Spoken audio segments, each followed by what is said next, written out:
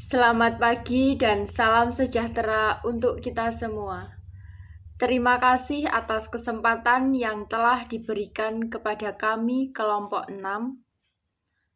Kami kelompok 6 akan mempresentasikan tentang anak sekolah dasar berkesulitan belajar. Yang beranggotakan Dwi Anggi Fitriani, Lutina Triwulandari, Lailatul Mahmudah, Bibiana Maksades Lolon, dan Kiki Fauziah Andriani. Definisi anak berkesulitan belajar. Anak berkesulitan belajar adalah anak yang mengalami kesulitan dalam tugas-tugas akademiknya yang disebabkan oleh adanya ketidakfungsian sistem pesarafan yang minimal di otak, atau gangguan dalam psikologis dasar, sehingga mengakibatkan terhambatnya dalam melaksanakan tugas-tugas akademik dan berdampak terhadap prestasi belajar rendah. Nah, saya yang pertama akan menjelaskan yaitu mengenai penyebab kesulitan belajar itu sendiri. Nah, penyebab kesulitan belajar itu sendiri yaitu menurut Ross 1976 yaitu bahwa kesulitan belajar khusus disebabkan oleh disfungsi sistem saraf yang disebabkan oleh cedera otak pada perkembangan otak, ketidakseimbangan zat-zat kimia di dalam otak, gangguan perkembangan saraf dan kelambatan proses perkembangan individu. Nah, yang pertama ada organis atau biologis. Nah, yang kedua ada genetik. Nah, di sini genetik adalah keturunannya, keturunan dari ayah ibu kita. Nah, yang selanjutnya adalah lingkungan. Nah, di penyebab kesulitan belajar sendiri adalah juga adanya faktor lingkungan. Misalnya ada lingkungan sekolah, lingkungan rumah, lingkungan masyarakat, atau lingkungan pertemanan kita itu sendiri. Untuk yang selanjutnya yaitu faktor yang memberatkan gangguan dalam belajar. Nah, terdapat faktor ini sering ditemukan pada anak yang mengalami kesulitan dalam belajar, yaitu ada faktor gangguan fisik, faktor lingkungan, faktor motivasi dan afeksi, dan kondisi psikologis. Yang pertama, faktor gangguan fisik meliputi gangguan visual, gangguan pendengaran, gangguan keseimbangan dan orientasi ruang, body image yang rendah, hiperaktif, serta kurang gizi. Yang selanjutnya yaitu yang kedua, faktor lingkungan. Bisa melalui lingkungan keluarga, masyarakat, dan sekolah yang kurang menguntungkan bagi anak.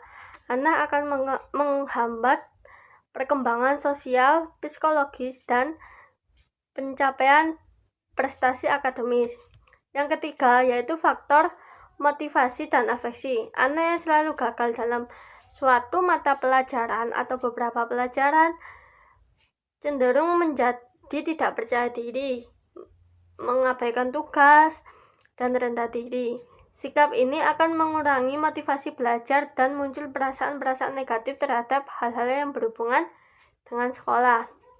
Yang keempat yaitu kondisi psikologis. Anak berkesulitan belajar terganggu sebagai akibat dari gangguan perhatian, persepsi visual, persepsi pendengaran, persepsi motorik, ketidakmampuan berpikir, dan keterlambatan dalam kemampuan berbahasa. Selanjutnya, kesulitan belajar itu dibedakan menjadi dua kategori besar, yaitu yang pertama, kesulitan belajar yang berhubungan dengan perkembangan, dan yang kedua, kesulitan belajar akademik. Kesulitan belajar yang berhubungan dengan perkembangan mencakup gangguan perhatian, ingatan, motorik, persepsi, berbahasa, dan berpikir. Sedangkan kesulitan belajar akademik mencakup kesulitan belajar membaca, menulis, dan berhitung atau matematika. Karakteristik umum anak berkesulitan belajar yaitu diantaranya yang pertama, masalah persepsi dan koordinasi, yaitu gangguan yang sama halnya dialami oleh tunanetra dan tunarungu. yang mana anak yang mengalami gangguan persepsi visual yaitu tidak dapat membedakan huruf dan kata-kata. Sedangkan gangguan koordinasi yaitu gangguan dalam keterampilan motorik halus seperti gangguan dalam menulis dan kemampuan motorik kasar seperti tidak dapat menendang bola secara tepat.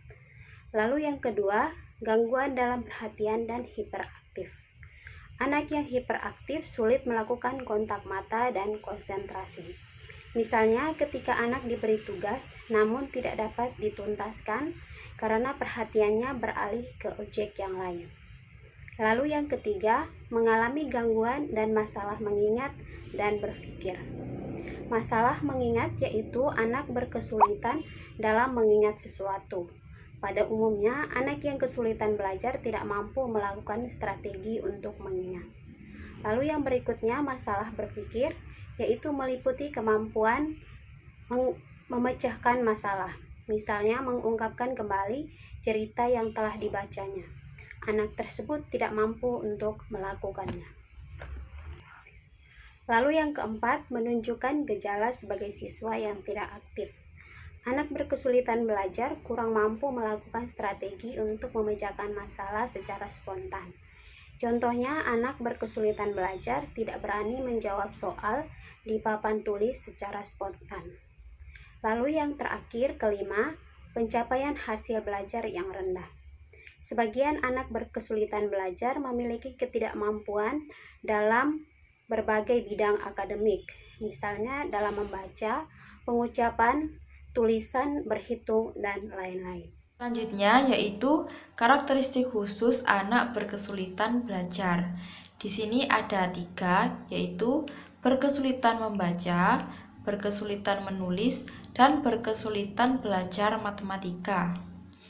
Untuk yang pertama yaitu berkesulitan membaca. Di sini ada 3 macam gangguan. Yang pertama yaitu gangguan membaca lisan, gangguan ingatan jangka pendek, dan gangguan pemahaman. Yang pertama yaitu gangguan membaca lisan. Di sini, anak yang berkesulitan belajar biasanya kurang mampu dalam membedakan dan mengucapkan kata-kata secara ortografis.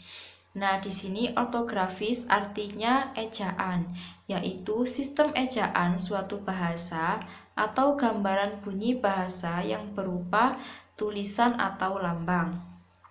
Ortografi meliputi masalah ejaan, kapitalisasi, pemenggalan kata, dan tanda baca. Kemudian, gangguan ingatan jangka pendek. Ingatan jangka pendek merupakan hal yang diperlukan anak untuk memahami isi bacaan. Anak yang berkesulitan belajar juga akan mengalami kesulitan membaca serta merekam huruf, yaitu mengeja huruf secara teratur. Oleh karena itu, ingatan jangka pendeknya pun menjadi tidak stabil. Selanjutnya yaitu gangguan pemahaman. Anak yang berkesulitan membaca menampakkan kelemahan dalam pemahamannya. Anak yang berkesulitan membaca akan mengalami ketidakmampuan dalam menghubungkan kata, kalimat, dan kelemahan dalam melakukan strategi serta menunjukkan kekurangan dalam memahami apa yang didengarnya. Selanjutnya yaitu berkesulitan menulis.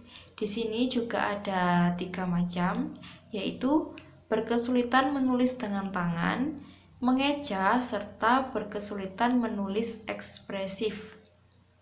Yang pertama yaitu berkesulitan menulis dengan tangan.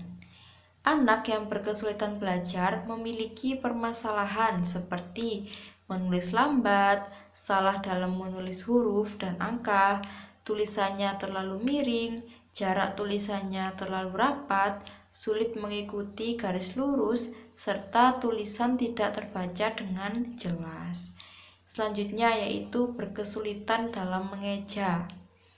Di sini kesulitan mengeja terjadi apabila anak tidak memiliki memori yang baik tentang huruf-huruf. Biasanya ditandai dengan penambahan huruf yang tidak perlu, penghilangan huruf, muncul pengganti huruf seperti kesalahan ucapan, memutarbalikkan huruf, atau memutarbalikkan suku kata. Dan yang terakhir yaitu menulis ekspresif, adalah mengungkapkan pikiran dan perasaan melalui tulisan yang dapat dipahami oleh para pembaca. Di sini anak yang berkesulitan belajar atau berkesulitan menulis ditandai dengan kurang terampilnya hasil karangan, kemudian keindahan tulisan, penulisan ejaan, penggunaan tata bahasa, maupun segi ide atau keterpahaman tulisan. Kemudian berkesulitan belajar matematika atau berhitung. Di sini anak akan mengalami kesulitan dalam memahami simbol, kesulitan mengoperasikan hitungan atau bilangan, kemudian sering salah membedakan angka dan bangun geometri. Sekian presentasi dari kelompok 6. Jika ada kurang lebihnya, mohon maaf. Terima kasih dan selamat pagi.